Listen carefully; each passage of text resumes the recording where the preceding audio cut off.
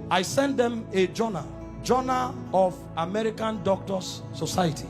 They did an investigation on the physical death of Jesus, and the conclusions they came out with. These are not Christians, these are scholars. They decided to study the physical death of Jesus.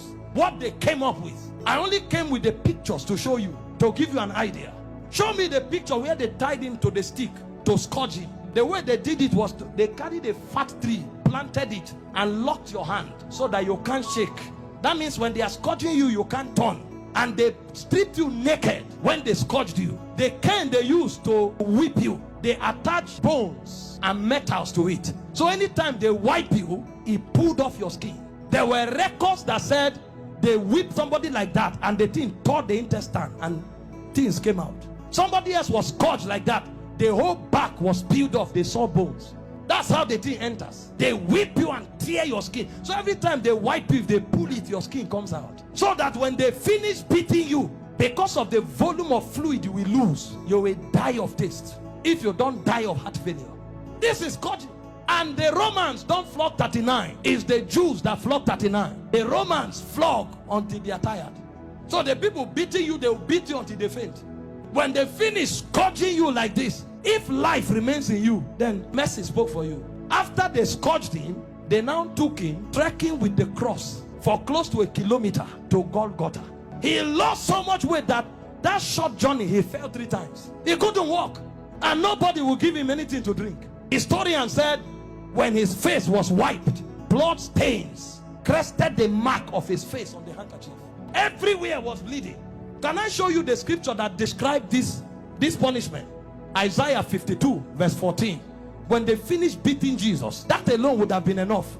See the way Isaiah 52 verse 14 described him after he was scourged. It said, just as many were appalled. You know the word appalled? A highest level irritation. When you saw him, you are like, what is this? You couldn't describe it. It said many were appalled at the sight of him. For so mad, you know the word mad? Disfigured. So disfigured was his appearance, like an object of horror. When he came out of the scourging, if you saw him, you thought he was an object of horror.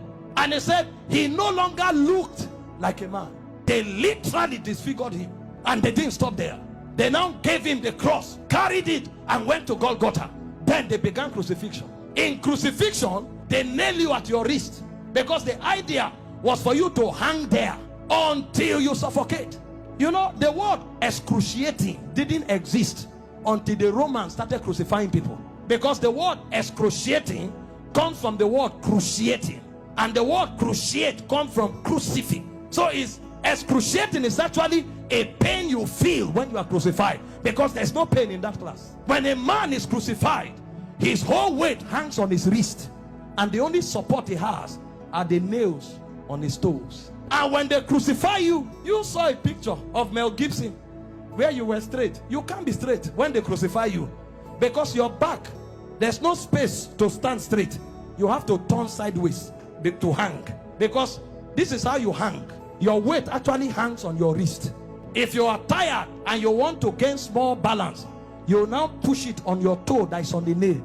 That's why when they wanted to kill the criminals, they broke their legs. And the reason is because when you are hanging, your stomach is bent so that your diaphragm can't breathe. Air can't enter. So Jesus was there for 6 hours. You know what that means?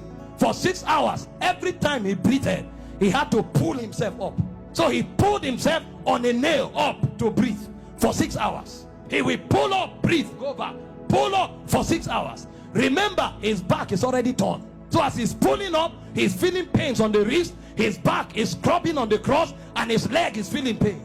To breathe and go back. Every breath was death for you for 6 hours. And they were mocking him at the same time. So there was soulish torture, there was physical torture. As if that's not enough, he carried sin on him. So God was not connected to him at the time. God had to turn away. So there was spiritual torture, soulish torture, bodily torture. So much so that he cried, Eloi, Eloi, lama sabachthani, my God, why hast thou forsaken me? It's like a disconnection between your spirit and your soul. So the man was no longer alive. He died in the spirit before he died in the natural.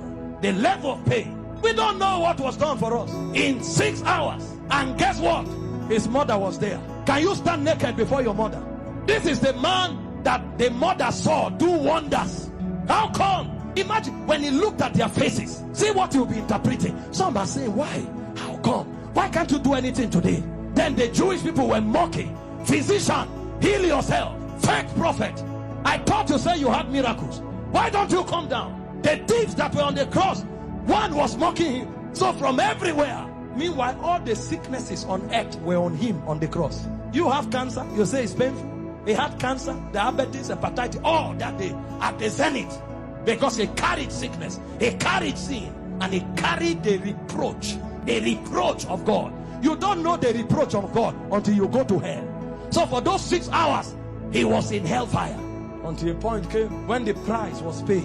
He looked up and said, I'm thirsty. They gave him vinegar. He said, no, that's not what I'm looking for. I'm looking for the river that flows from the throne of God. I'm looking for that which satisfies indeed. When they didn't have it to offer, he said, it is finished.